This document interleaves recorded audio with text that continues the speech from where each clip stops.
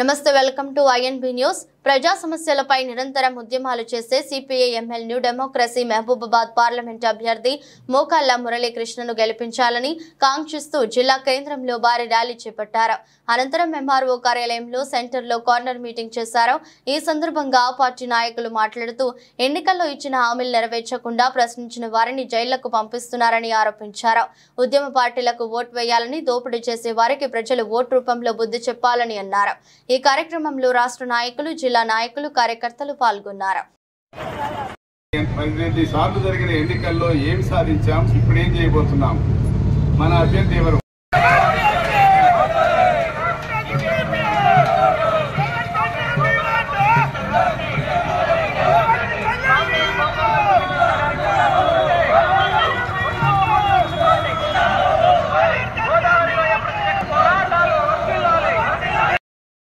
మోడీ ఇచ్చినటువంటి హామీ ఏదైతున్నదో రైతాంగం పండించిన పంటలకు ఎంఎస్పీ చట్టం తీసుకొస్తానని చెప్పేసి హామీ ఇచ్చారు.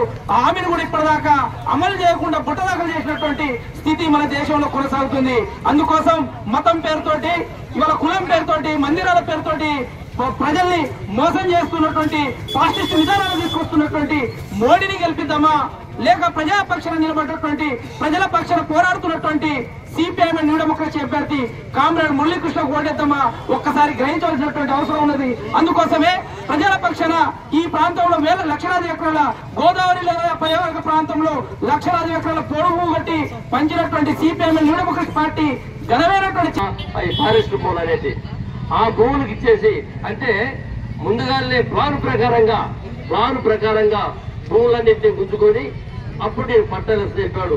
ఒకప్పుడే 2 సార్లు ఎన్నికలు చేసినప్పుడు మైబాదులో, ఇల్లెందులో కుర్చీ వేసుకు మీటింగ్లు మాట్లాడేటప్పుడు నేను వచ్చేసి మీ పిల్లల్లోకి వచ్చేసి కుర్చీ వేసుకొని కూర్చొని మీ అందరికి పట్టాలు వచ్చే వరకు ఇక్కడే ఉండి నేను వెళ్తానని చెప్పేసి పెద్ద అబద్ధం ఆడాడు. కానీ అది ఏ విషయంలో ఇవాళ సిపిఎంఎల్ న్యూ డెమోక్రసీ 2 సంవత్సరాలు కలిపి ఈ మైబాద్ పార్లమెంటు నియోజకవర్గానికి నన్ను ఎంపీగా, అభ్యర్థిగా నన్ను నిలబెట్టారు.